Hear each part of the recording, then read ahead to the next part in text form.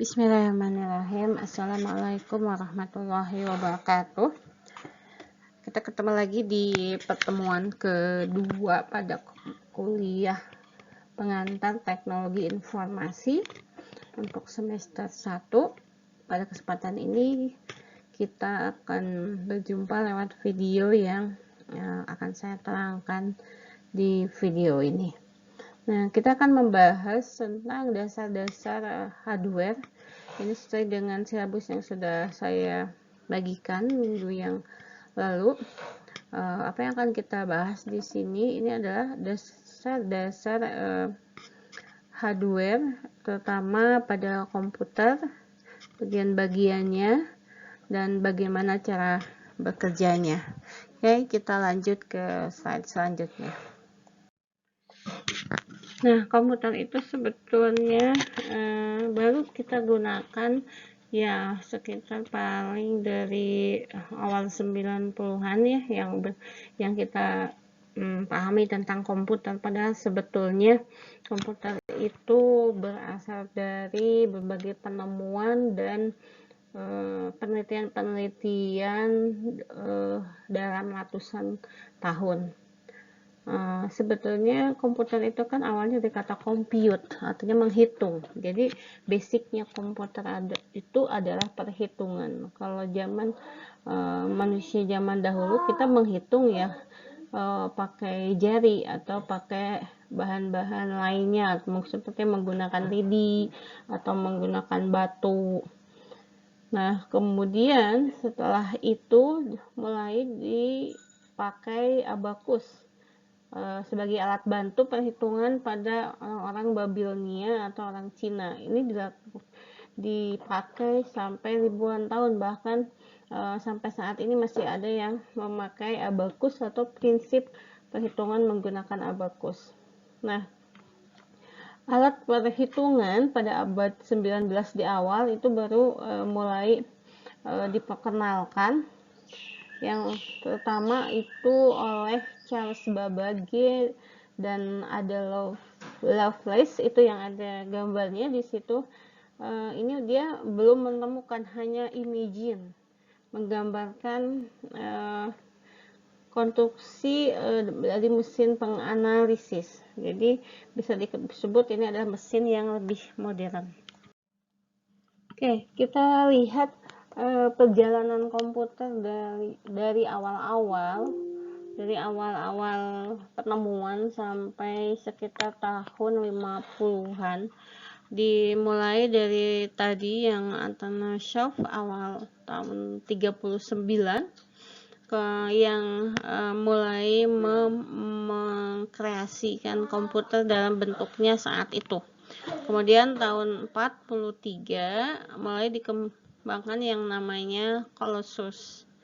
Nah, dari situ disempurnakan oleh Mark tahun 44. Nah, tahun 45 ini bisa dikatakan mulai awal komputer yang mulai terintegrasi. Itu ada yang namanya ENIAC. Tahun 51 baru dibuatlah komputer yang secara komersil untuk kebutuhan komersil mulai dikembangkan. Ini awalnya di Amerika sebagai alat untuk badan sensus. Anda bisa lihat bahwa ini adalah komputer yang pertama komersil bandingkan dengan komputer yang ada sekarang. Ini ENIAC ini terdiri dari 17.468 vacuum tubes. Bandingkan yang saat ini hanya bisa diwakili dengan satu IC ya. Ada 10.000 kapasitor, 70.000 resistor, sehingga yang beratnya ini hampir 27 ton dengan panjang 8 kali 3 kali 100 kaki. Sehingga ini ruangannya sekitar 167 meter persegi dan membutuhkan listrik 150 kW. Ini bisa Anda bayangkan dibandingkan dengan komputer zaman sekarang sangat-sangat jauh berbeda. Nah, kalau kita lihat sebetulnya ENIAC itu seberapa bagus sih saat itu? Kalau kita bandingkan ya, ENIAC itu 0,05 mIPS, dan kalau kita bandingkan dengan yang Intel Core i7 itu 147.000 mIPS. Itu mungkin bisa disebut hampir sejuta kalinya kecepatan Intel Core i7 itu dibandingkan dengan ENIAC. Artinya kekuatan yang sekarang, yang simple ya, yang biasa digunakan di toko gitu atau di pasar, itu justru lebih cepat sebetulnya dibandingkan ENIAC yang dulu pertama ditemukan.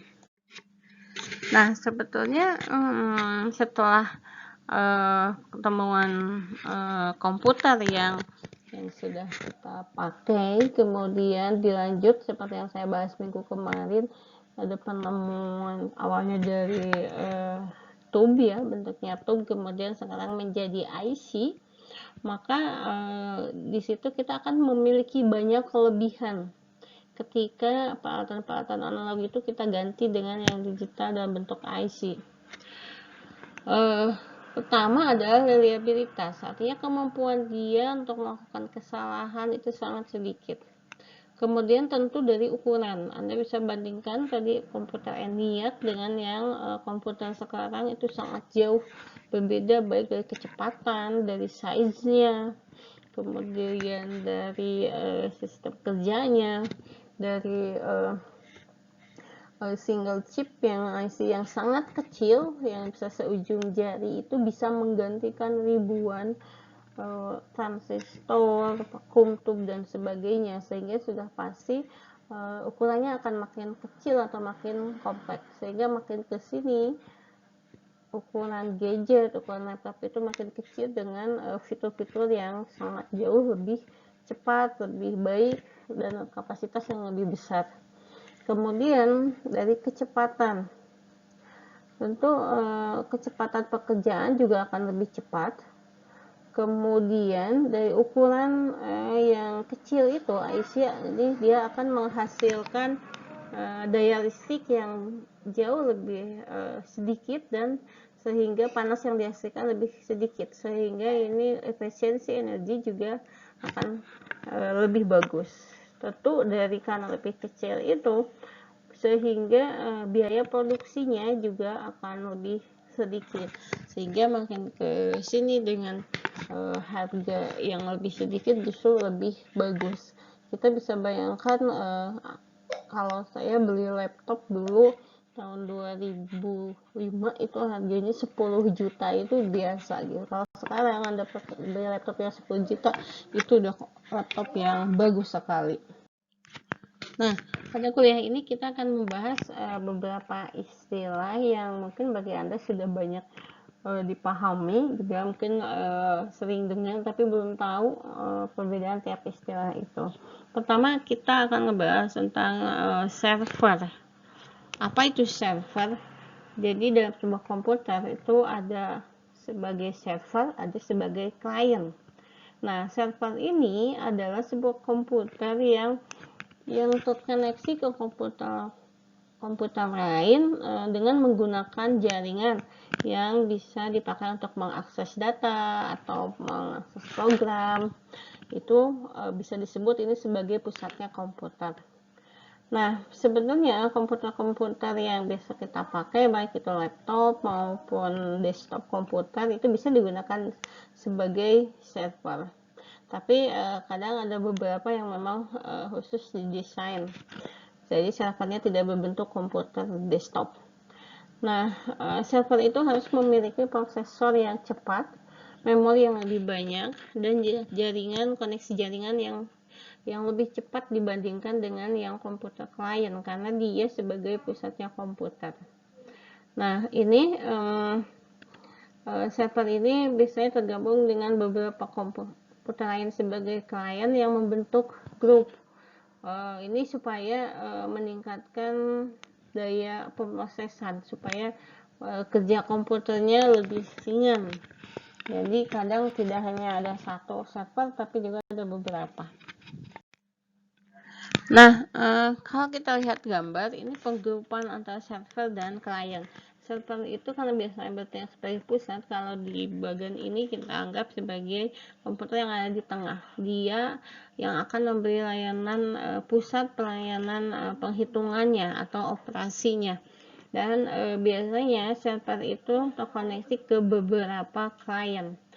Jenis-jenis klien komputer ini adalah klien itu menggunakan, dia akan melakukan penghitungan atau pekerjaan berdasarkan data dan program yang ada di server. Klien itu sebetulnya bisa juga berupa laptop atau netbook atau tab gitu ya, yang sebetulnya dia bisa melakukan pekerjaan kalau walaupun dilepaskan dari servernya. Tapi ada juga yang klien yang bersifat dumb terminal, artinya dia betul-betul tergantung kepada servernya. Jadi dia nggak bisa melakukan pekerjaan kalau tidak terkoneksi ke server. Biasanya ini bisa juga dalam bentuk tidak berupa komputer yang lengkap seperti PC atau laptop. Nah, klien juga bisa merupakan gabungan antara hardware dan software yang merupakan gabungan dari klien dan server yang bentuk sebuah sistem yang kecil. Server juga bisa berupa kumpulan-kumpulan atau cluster yang terdiri dari beberapa server. Nah, yang bisa dipakai sebagai server yaitu adalah PC server. Biasanya server yang tadi bisa berupa desktop ya. Kemudian PC yang memiliki performance yang besar. Kemudian mid-range komputer atau mainframe, bahkan server itu bisa merupakan sebuah super komputer. Kita lanjut ke membahas apa sih personal komputer itu. Jadi personal komputer, kalau dia personal berarti dia individu. Dia didesain hanya digunakan oleh satu orang dalam satu waktu. Dan ini biasanya untuk meningkatkan produktivitasnya dan komunikasi yang lebih cepat.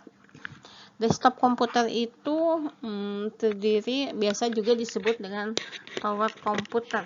Jadi yang towernya itu yang biasanya itu seperti sebuah kotak yang tinggi gitu, makanya biasa disebut tower. Itu terdiri dari mikroprosesor dan komponen-komponen lainnya. Selain itu juga ada monitor, ada keyboard, ada mouse, ada speaker. Beberapa komputer mengintegrasikan ini sehingga towernya atau mikroprosesornya sudah tergabung dalam bentuk monitor. Ada juga yang disebut dengan workstation. Jadi ini adalah sebuah desktop komputer dengan kekuatan program atau pemrosesan yang sangat besar. Biasanya digunakan untuk analisis data saintifik. Ini biasanya dipakai di lab-lab komputer penelitian di yang membutuhkan performance yang tinggi. Nah, tapi saat ini sebetulnya perbedaan antara workstation dengan desktop komputer itu semakin sedikit, karena memang desktop komputernya saat ini juga banyak yang sudah bisa melakukan pekerjaan-pekerjaan analisis data yang cepat. Nah, kita juga mengenal yang namanya portable komputer. Di sini dibagi dua, yaitu laptop komputer dan netbooks. Nah, di sini juga Anda sudah mulai paham apa bedanya netbooks, bukan notebooks ya, netbooks dan laptop. Kalau yang lebih kecil itu paling biasanya ukuran 10-12 inch ya, itu bisa disebut netbooks karena lebih kecil. Kalau laptop komputer biasanya lebih besar, desain untuk portability. Jadi kalau laptop kadang disebut notebook ya, itu biasanya dari 12 sampai ke atas 24 inci ya besarnya. Netbook itu biasanya lebih kecil, dan lebih ringan. Ada juga yang namanya handheld device atau device yang biasa dipakai di tangan. Jadi ini lebih kecil lagi dibandingkan laptop atau netbook atau notebook. Nah, tentu dari sini penggunaannya juga lebih simple dan bisa dilihat memorinya juga mungkin tidak lebih besar dari laptop atau komputer yang lainnya. Tapi ini memiliki kemampuan karena kapabilitasnya mobile-nya bisa lebih gampang karena bisa dibawa kemana-mana. Contoh-contoh device yang seperti ini adalah VGA, kemudian ada smartphone, kemudian ada tablet komputer. Nah, tablet komputer ini bisa disebut peralihan dari smartphone ke notebook. Sebuah mainframe biasanya adalah komputer yang berukuran berbentuk disimpan dalam sebuah ruangan khusus. Nah, sebelumnya ini mungkin seperti sebuah superkomputer. Ini biasanya banyak dipakai di perusahaan-perusahaan besar seperti perbankan gitu ya, atau provider, atau misalnya airlines atau bandara.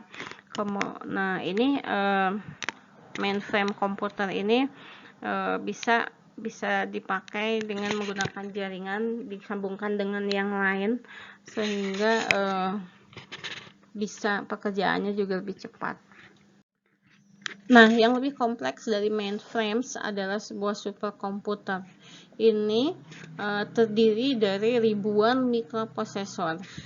Nah, ini biasanya bisa digunakan untuk keperluan khusus yang membutuhkan pekerjaan yang lebih cepat dan lebih banyak pekerjaannya, sehingga biasanya ini juga dipakai di perusahaan-perusahaan yang besar. Perjalanan komputer juga, setelah itu kita akan memasuki era informasi. Jadi perjalanan manusia dimulai dari yang dimana manusia belajar untuk mengembangbiakan atau membudidayakan hewan dan tumbuh-tumbuhan. Kemudian ada era pertanian yang dimulai sekitar tahun 1800-an ke sini. Kemudian masa industri, di mana mulai dikenal lagi mesin-mesin teknologi. Ini dimulai sekitar abad 19, dan saat ini kita sudah memasuki era informasi, di mana ini adalah gabungan antara komputer dan jaringan. Teknologi ini sekarang sudah biasa kita pakai dalam kehidupan sehari-hari. Nah, kita akan membahas tentang internet revolusi internet yang saat ini sangat luar biasa cepat sekali berkembangnya. Seperti yang saya bahas minggu lalu tentang hukum Moore. Nah, kita lihat ada data pada Juli 2020 saat ini, karena ini masih pandemi, sehingga kita bisa saya fokus kepada platform video conference yang biasa dipakai, yaitu Zoom, Google Meet, Microsoft Teams, Skype, dan Cisco Webex. Yang paling banyak ternyata dipakai adalah Zoom. Pada saat ini di situ untuk Zoom sekitar 300 juta per hari. Artinya ada dalam satu hari ada 300 juta partisipan atau orang yang berkumpul dalam ruang Zoom. Dan kemudian diikuti oleh Google Meet. Ada 100 juta per orang yang ikut ambil bagian dalam Google Meet. Dan dari data ini terlihat sekali bahwa internet itu sangat berpengaruh luar biasa terhadap kehidupan kita. Nah, kita lihat tentang kecepatan internet yang ada di Asia Tenggara. Nah, Indonesia ternyata ini sebetulnya data tahun 2019 yang paling tinggi dan sangat tinggi, jauh meninggalkan yang kedua yaitu Malaysia, ternyata adalah Singapura. Singapura bisa mencapai kecepatan 70 Mbps. Di Indonesia kita masih di bawah 10, jadi sekitar 6 sampai 9, dan itu sebetulnya cukup mungkin bagi yang kita pakai itu sudah sangat bagus ketika kecepatan kita ada di antara 6 sampai 9 Mbps. Anda bayangkan kalau kecepatan internet kita itu sampai 70 Mbps. Tentu ini sebanding dengan negara Singapura yang memang teknologi informasinya ada di semua bidang. Apa sih yang bisa dilakukan oleh komputer? Kita lihat slide selanjutnya. Dalam sebuah sistem kendali ada 3 tahap yang wajib dilakukan, yaitu harus ada input, kemudian dilakukan processing, dan akhirnya ada output. Nah, operasi dasar pada komputer adalah ada input, kemudian yang menerima informasi dari luar. Itu kalau kita input itu kita bisa seperti mikrofon, kemudian mouse, kemudian keyboard, kemudian ada informasi, pemrosesan informasi yang tadi kita pakai mikroprosesornya atau kita pakai CPU, kemudian ada outputnya. Yang output itu adalah bagaimana mengkomunikasikan informasi itu ke dunia luar. Dunia luar itu maksudnya di luar komputernya, bisa berupa display di monitor atau berupa LCD. Kemudian ada penyimpanan informasi. Nah, bagaimana informasi ini disimpan dalam bentuk dalam memori atau dalam bentuk lain seperti flash disk atau kalau dulu disket ya. Kalau mungkin cloud memory seperti di Google Drive dan sebagainya. Komponen-komponen dalam komputer itu input device-nya bisa mouse, bisa keyboard. Kalau sekarang karena zaman meeting online ya, ada mikrofon, ada kamera, itu adalah input device. Output device-nya bisa berupa monitor atau printer. Kemudian ada processing-nya, ada CPU, microprocessor, kemudian penyimpanan datanya, ada penyimpanan primer, yang ada di dalam komputernya, ada penyimpanan second atau yang kedua, bisa berupa misalnya flash disk atau CD gitu ya. Kemudian ada yang namanya peripherals, nanti kita akan bahas ke lanjutnya. Nah, mungkin kita sering mendengar ada bit, ada byte. Ini mesti dibedakan. Bit itu berasal dari binary digit. Jadi adalah unit terkecil dalam komputer yang bisa diproses. Jadi komputer itu tidak mengenal bahasa Indonesia, bahasa Inggris itu tidak mengenal. Dia hanya mengenali angka 0 dan 1. Sedangkan byte itu adalah kumpulan 8 bit. Nah, ini bisa byte itu bisa direpresentasikan dalam 256 pesan yang berbeda. Jadi 256 itu sama dengan 2 pangkat 8. Nanti pembahasannya Anda akan bahas di semester 3 semester 4 dalam mata kuliah teknik digital.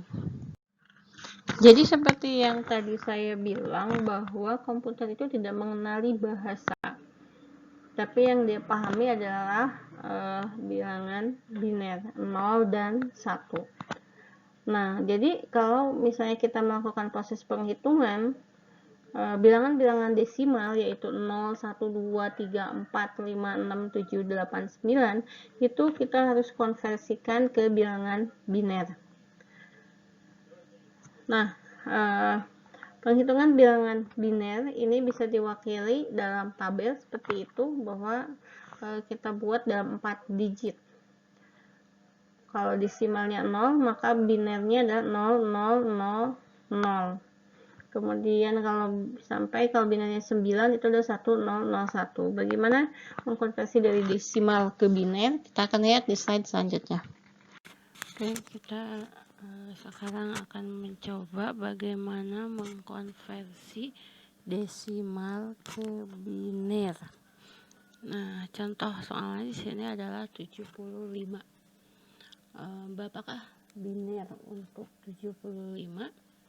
Pertama kita lihat, kita buat pangkat dari 2 pangkat 0 itu 1, 2 pangkat 1 2, 2 pangkat 4, 2 pangkat 2 itu 4, 2 pangkat 3 8, dan seterusnya sampai 2 pangkat 7 itu 128. Nah, kita lihat angka 75. 75 itu kalau 128 terlalu besar, sehingga kita ambil yang 64-nya. Kita cari nilai yang di bawah 75, yaitu 64. Kemudian kita lihat sisanya adalah dari 64 adalah 75 dikurangi 64, yaitu 11. Nah,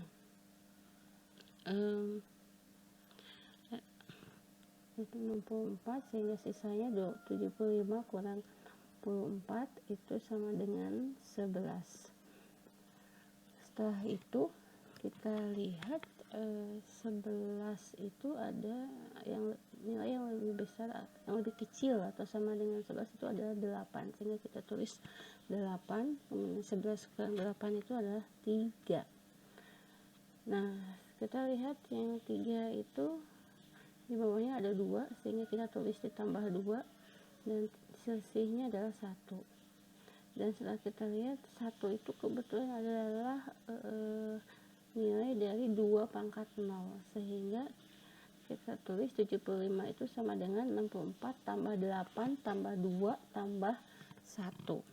Nah, bagaimana kita menulis ke binernya? Kita menulis ke biner itu dilihat dari angka-angka yang ini yang ditandain yang merah ini ya. 64 itu ada 64, berarti di 64 ada 1, di 32 ada 0, di 16 ada 0, di 8 ada 1, di 4 ada 0, di 2 ada 1, di 1 ada 1. Nah, sehingga angkanya adalah 1001011.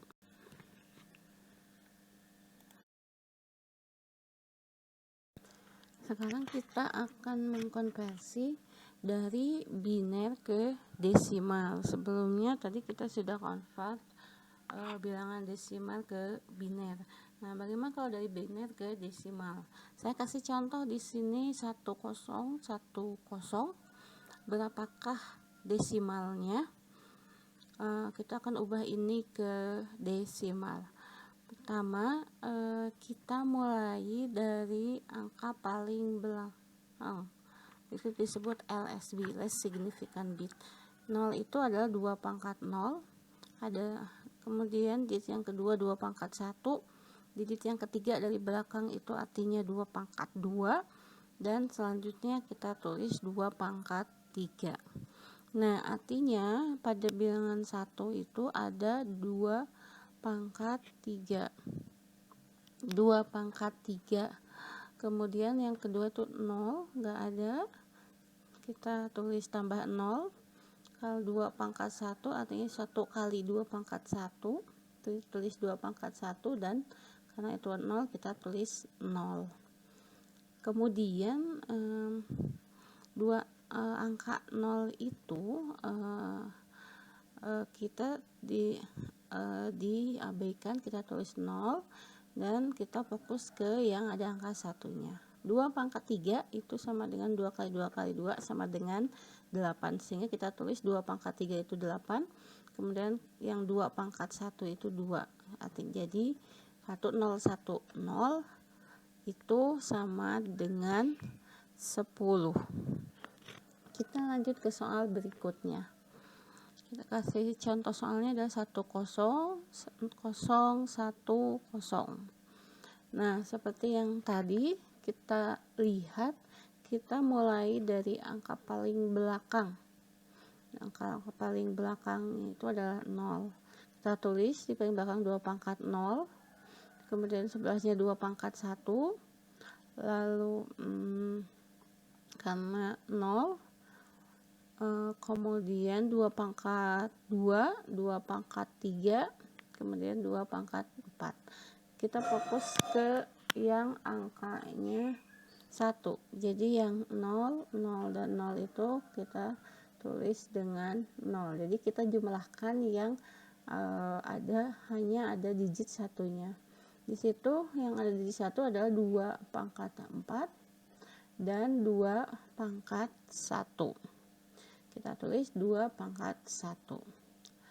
2 pangkat 4 itu adalah 2 kali 2 kali 2 kali 2. Jadi 16. Dan 2 pangkat 1 itu 2. Sehingga hasilnya adalah 18. Sehingga kita bisa simpulkan 101010 itu adalah 18. 1 byte itu sama dengan 8 bit. 1 byte juga berarti 1 karakter dalam ASCII. ASCII itu adalah bahasa pemrograman, nanti kita bahas di slide selanjutnya. 1 kilobyte itu sama dengan 1000 bytes. Kalau gigabyte itu sama dengan 1000 megabytes atau 1 juta bytes. Nah, jadi sekarang kita pahami bahwa sebetulnya komputer aslinya dari komputernya adalah CPU, karena CPU yang melakukan pekerjaan dalam komputer. Nah, komputer saat ini didesain untuk melakukan pekerjaan dengan lebih cepat, dengan ukuran yang lebih kecil, dan dengan failed atau kegagalan proses yang lebih sedikit. User itu biasanya menggunakan komputer dengan memasukkan input, kemudian memberikan instruksi kepada komputer, kemudian komputer memberikan instruksi kepada CPU untuk melakukan pekerjaan, dan kemudian memberikan output untuk dikembalikan kepada user. CPU juga disebut sebagai prosesor. Karena makin kecil ukurannya, maka kadang juga disebut CPU dengan ukuran kecil itu disebut microprosessor. Nah, kemudian CPU ini juga bisa memberikan pekerjaan perhitungan data logika atau perhitungan-perhitungan itu menggunakan arithmetic and logic unit. Baiklah, microprosessor modern itu terdiri dari kumpulan electronic circuit yang sangat kompleks. Biasanya CPU digabungkan dengan beberapa chip atau banyak chip di dalam papan sirkuit. Nah, papan sirkuit yang mengandung CPU komputer itu disebut motherboard. Tipe-tipe CPU ini tentu akan merupakan parameter penting dalam pemilihan sebuah komputer ketika kita memilih atau membeli sebuah komputer. Dan kita harus mempertimbangkan faktor-faktor yang penting dalam pemilihan CPU, yaitu compatibility dan performance. Apa itu compatibility? Tidak semua software itu kompatibel dengan tiap CPU. Kompatibel itu bisa disebut cocok, karena tiap prosesor itu memiliki instruksi yang berbeda. CPU dengan tipe yang sama itu bisa didesain. Biasanya ini model-model awal atau yang dahulu itu bisa kompatibel dengan spesifikasi yang sekarang. Misalnya Windows 10 itu kompatibel dengan Office 2007 misalnya. Tapi Office 2016 itu mungkin tidak kompatibel dengan Windows yang awal, model-model awal. Kemudian contoh lain, prosesor AMD bisa kompatibel dengan Intel. Kemudian dari sistem juga, dari operating system juga harus dicek. Misalnya program dengan operating system Linux itu nggak bisa berjalan di Windows, begitupun sebaliknya. Performance adalah kemampuan komputer untuk melakukan pekerjaan. Saat ini dalam sebuah CPU itu biasanya banyak dilihat dari core-nya. Setidaknya dalam satu visi itu minimal ada 2 cores-nya. Sekarang saat ini kita sudah kalau kita lihat di gambar itu satu single core dibandingkan dengan yang quad core. Jadi kalau satu single core itu dia melakukan pekerjaan dengan menggunakan satu CPU. Jadi pekerjaan email, pekerjaan internetnya, foto, video, image itu dibuat dalam satu single core. Tapi ketika kita pakai quad core, maka itu pekerjaan yang tadi akan dibagi 4. Misalnya CPU 1 itu akan melakukan pekerjaan yang berhubungan dengan email, CPU 2 akan melakukan pekerjaan dengan internet, kemudian misalnya image ada di CPU 3, kemudian video ada di CPU 4, sehingga karena pekerjaannya dibagi-bagi sehingga kecepatannya juga akan lebih bagus. Sebuah CPU biasanya terdiri dari beberapa unit yang fungsional. Yang pertama adalah unit kendali, dia akan mengendalikan komputer mau melakukan pekerjaan apa. Kemudian ada ALU yang melakukan pekerjaan aritmetik, termasuk di dalamnya ada register, ada counter. Kemudian ada decode unit. Nah, ini yang membuat instruksi yang utama. Kemudian ada bus unit, yaitu yang sebagai semacam jembatan ke dunia luarnya. Kemudian ada playpage unit. Playpage unit itu dia adalah berfungsi merekam data dan informasi detail tentang program yang di-load komputer. Nah, ini unit-unit itu kemudian bekerja bersama untuk mengeksekusi sebuah program. Dalam sebuah pemilihan komputer atau ketika Anda membeli komputer, maka pemilihan RAM juga merupakan parameter penting yang bisa dijadikan acuan.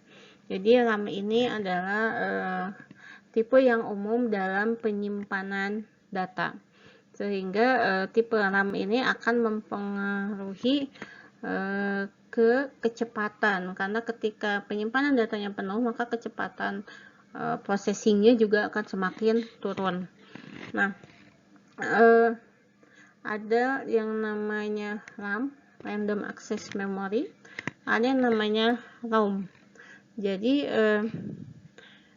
ROM ini adalah read only memory. Jadi informasi ini akan menyimpan data yang ketika Anda menyalakan komputer itu data memorinya akan disimpan di ROM.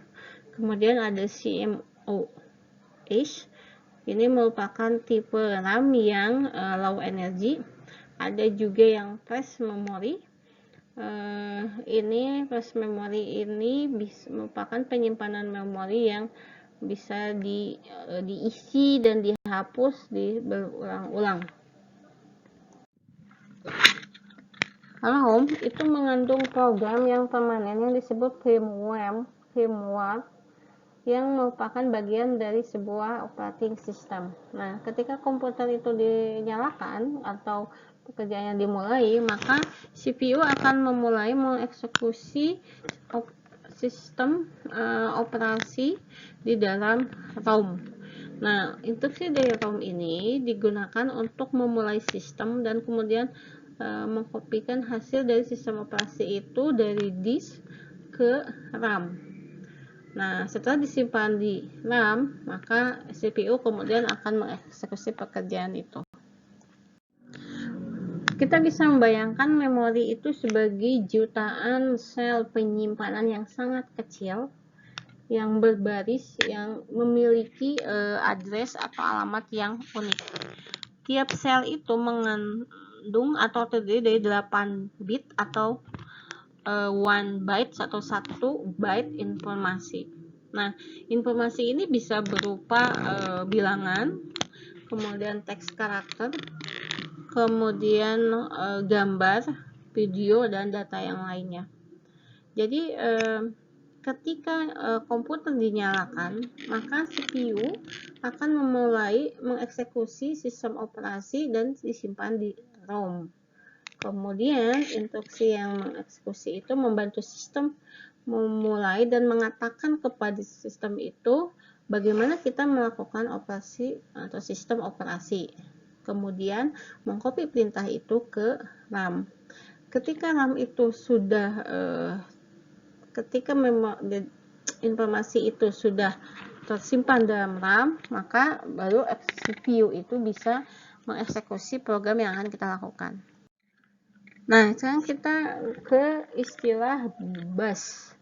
Jadi bus itu di dalam motherboard itu kan banyak terdiri dari device atau komponen-komponen. Nah, bus itu merupakan semacam penghubung antara komponen itu yang ada di dalam motherboard melalui kawat. Nah, kawatnya itu disebut bus, disebut juga internal bus. Jadi bus itu bisa merupakan jembatan antara prosesor dan RAM.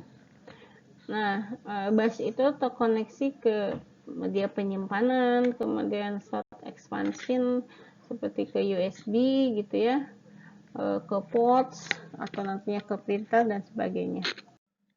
Bus juga bisa menghubungkan komputer nanti ke peripherals. Jadi peripherals itu seperti sebuah slot atau port yang memudahkan untuk memasukkan peripherals ke sebuah sistem komputer. Contoh peripheralsnya itu misalnya keyboard atau printer. Ini yang menghasilkan komunikasi antara user dengan komputernya. Peripheral yang lain mungkin berhubungan ke mesin yang lain atau komputer yang lain. Misalnya ke infocus atau ke televisi atau ke writing pad gitu ya. Nah, atau juga ke penyimpanan yang lain. Yang terakhir kita akan membahas tentang green computing. Jadi saat ini green computing merupakan kebutuhan yang mendasar. Penelitian tentang green computing masih sangat dibutuhkan supaya tujuan utamanya adalah mengefisiensikan energi. Bagaimana kita bisa melakukan green computing dalam kehidupan sehari-hari? Pertama ya belilah alat-alat yang green equipment, misalnya charger menggunakan tenaga matahari, kemudian komputer yang mendukung green computing, kemudian menggunakan laptop, karena laptop dibandingkan dengan tower desktop itu tentu membutuhkan daya yang lebih kecil. Kemudian juga kita buat atau kita berdayakan fitur-fitur yang energy saving di dalam komputer. Misalnya kalau misalnya dalam komputer itu ada fitur yang akan mematikan komputer kalau 1 jam tidak dipakai. Itu tentu membuat penghematan energinya lebih baik, karena apalagi di perusahaan yang menggunakan komputer itu kan tidak semua dimiliki oleh satu orang, sehingga ketika selesai bekerja itu biasanya disimpan. Nah, fitur-fitur seperti itu sebaiknya Anda pakai. Kemudian mematikan komputer kalau nggak dipakai. Nah, tentu ini untuk menghemat listrik. Kemudian save energi, bukan screen save ya. Apalagi ketika misalnya kita pakai fitur screen saver yang yang berupa video, itu tentu justru menghabiskan energi yang lebih banyak. Kemudian jangan terlalu banyak print kalau tidak terlalu dipakai.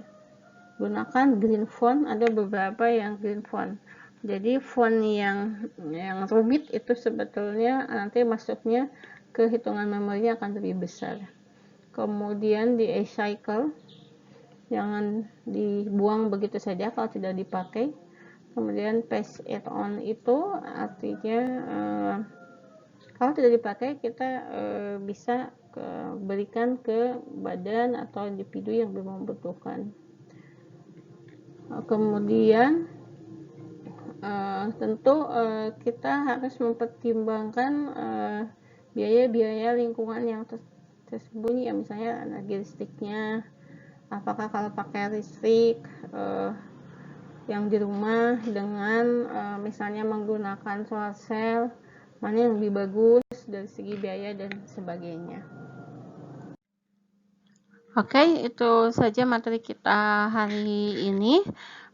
Mudah-mudahan Anda tonton videonya, jangan di skip, dan jangan lupa isi kuisnya yang ada di Classroom. Terima kasih. Assalamualaikum warahmatullahi wabarakatuh.